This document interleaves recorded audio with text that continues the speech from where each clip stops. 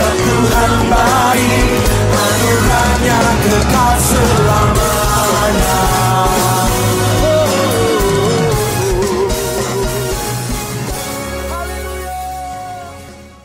Mari kita naikkan lagu ini, Allah Peduli.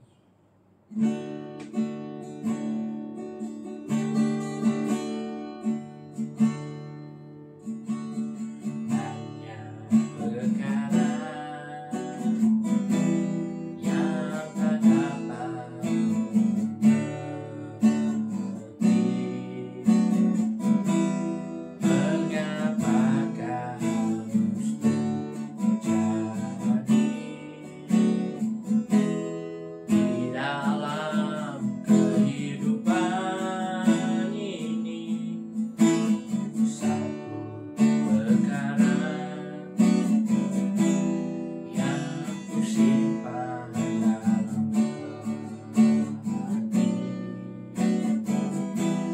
tiada sesuatu kan terjadi tanpa Allah peduli. Allah mengerti, Allah peduli segala persoalan yang kita hadapi, tak akan pernah dibiarkannya bergumul sendiri. Sebab Allah mengerti.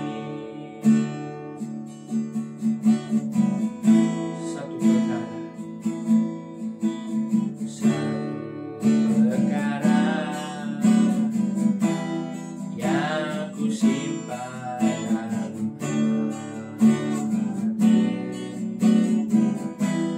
tiada sesuatu kan terjadi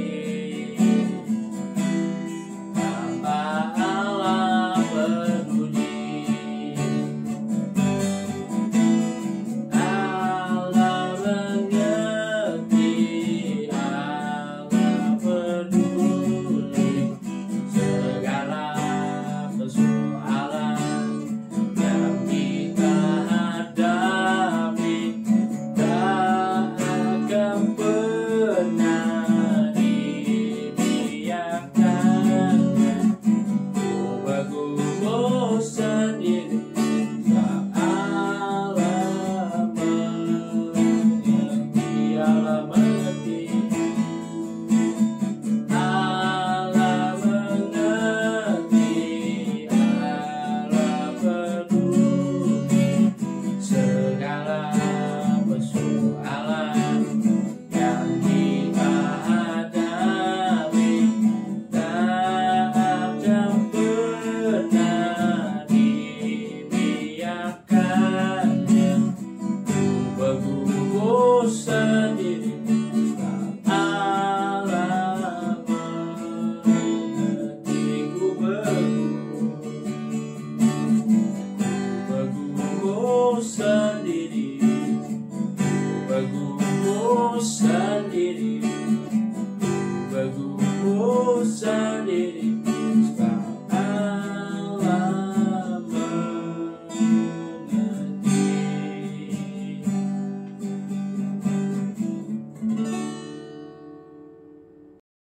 Shalom saudara-saudari, mari kita berdoa. Bapa Tuhan yang di surga, kami tampil di depan-Mu. Kami hanya ingin serahkan masa ini ke dalam tangan. Kami ingin mendekati-Mu, dan kami berterima kasih sebab Engkau mendekati kami juga. Dalam nama Yesus Kristus kami berdoa. Amin. Saudara-saudari, hari ini kita akan tengok buku Mika. Buku Mika bab 3 tentang kehidupan yang menghidupkan keimanan kita. Mari kita lihat tentang tujuan buku Mika. Buku Mika, bila dia ditulis bagi umat-umat Allah masa itu, Tuhan Allah memberikan perkabaran kepada Nabi Mika Dan Nabi Mika mengkhabarkan kepada orang Israel tentang kepastian Allah untuk menghukum orang Yehuda kalau mereka teruskan mereka kejam dan tidak adil terhadap sesama mereka. Jadi bagi hari ini, kita sebagai seorang Kristian, kita juga harus berwaspada dalam kehidupan kita untuk menjadi seorang Kristian yang menyenangkan hati Tuhan Allah. Kalau tidak, kita mungkin juga akan dihukum oleh Allah. Tapi kalau kita tetap hidup menyenang hati Tuhan, pasti kita akan diberkati.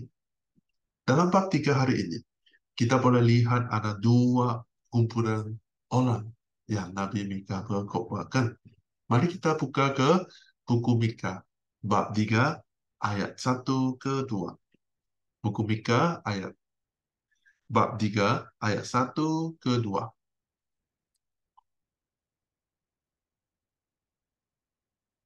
Alkitab berbunyi sebegini. Dengarlah, hai para penguasa Israel, kamu seharusnya mengambil berat tentang keadilan, tetapi kamu membenci kebaikan dan mencintai kejahatan.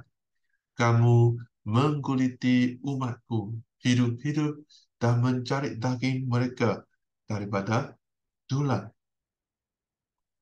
Sebelum kita cakap tentang hidup yang menghidupkan keimanan, kita lihat hidup yang mengabaikan Tuhan. Itulah kehidupan yang kita lihat di sini. Apa maksudnya mengabaikan Tuhan? Adalah tidak peduli sama ada Tuhan itu benar atau tidak. Tidak mempercayai Tuhan Allah. Jadi yang pertama, apakah sifat mereka? Mereka tidak bertanggung jawab. Siapakah yang tidak bertanggung jawab?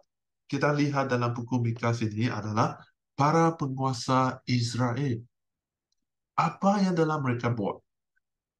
Dalam ayat 1-2 sana, tidak mengambil berat tentang keadilan, membenci kebaikan, dan mencintai kejahatan. Mereka telah mengkuliti orang Israel, cakap dalam Alkitab. Menelan, mematahkan tulang, dan menjinam mereka. Maksudnya mereka membuli golongan yang lebih lemah dengan amat kejam. Maksudnya penguasa Israel masa itu tidak melaksanakan tanggungjawab mereka yang sepatutnya. Mereka sepatutnya membuat kerja atau keputusan mengikut hukum-hukum Tuhan. Mereka sepatutnya mengutamakan kebaikan rakyat.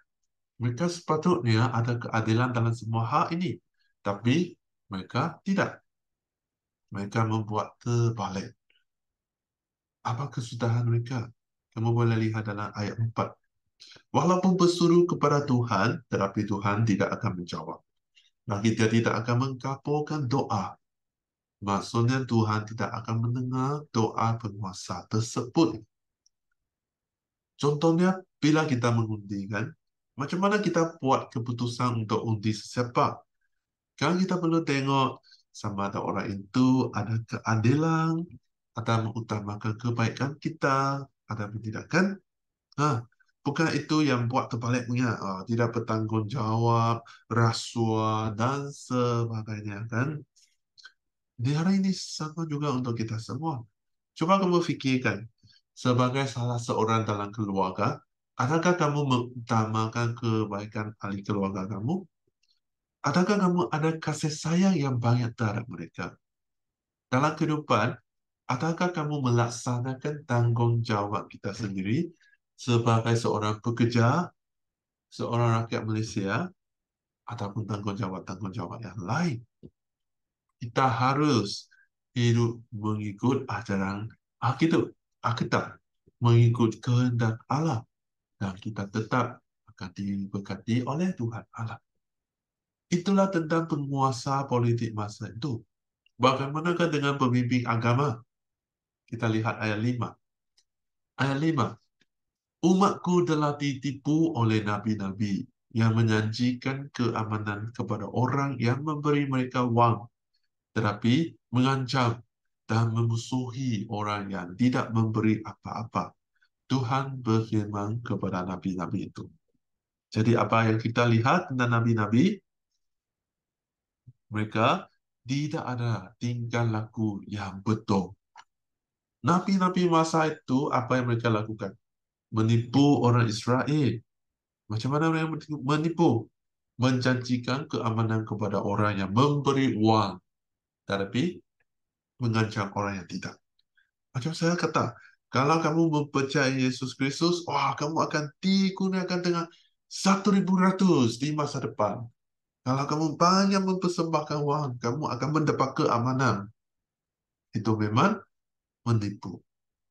Tuhan akan memberkati kita. Mungkin melalui wang, mungkin melalui cara-cara lain. Tapi kalau kita mempercayai Yesus, mentaati Tuhan Allah, pasti Tuhan akan melalui berbagai cara untuk memberkati kita. Jadi apakah kesudahan kepada semua nabi-nabi itu? Ayat 6, akhir hidup hampir tiba, dipermalukan, dihina. Dulu bila saya masih budak lagi, kan saya memang berdosa. Saya mencuri uang, memberi permainan.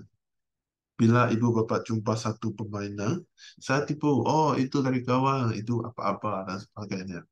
Tapi pada masa yang tiba, suatu hari bapa jumpa semua itu permainan-permainan yang saya sembunyi itu.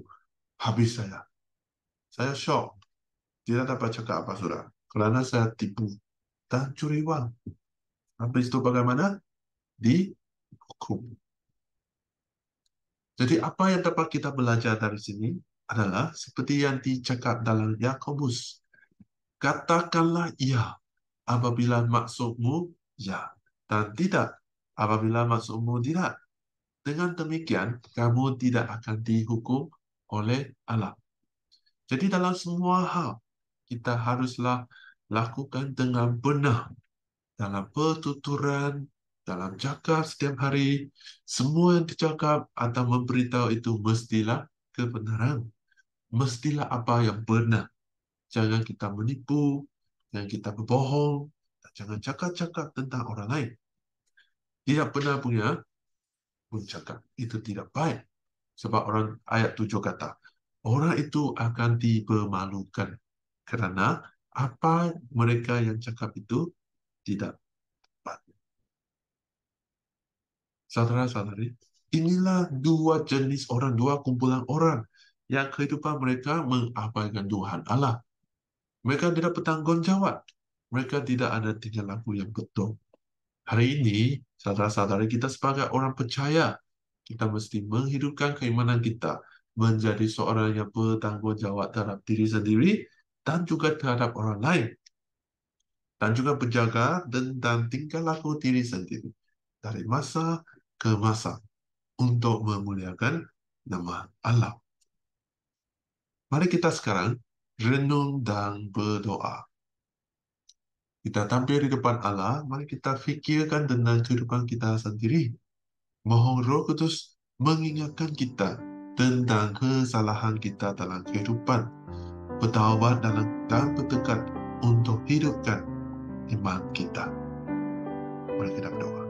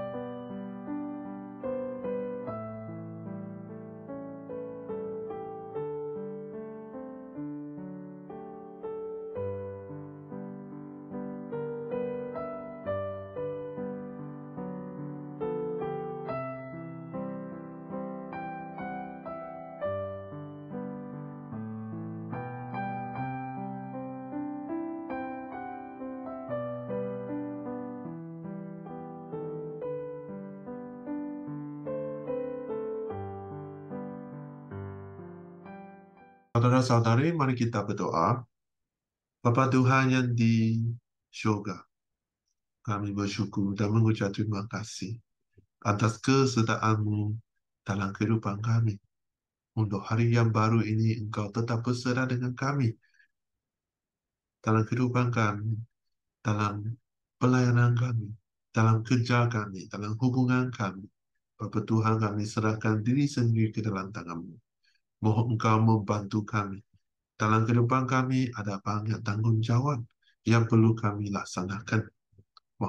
Mohon Bapa Tuhan memberkati kami dengan kebijaksanaan untuk menghidupkan kehidupan yang memuliakan nama-Mu.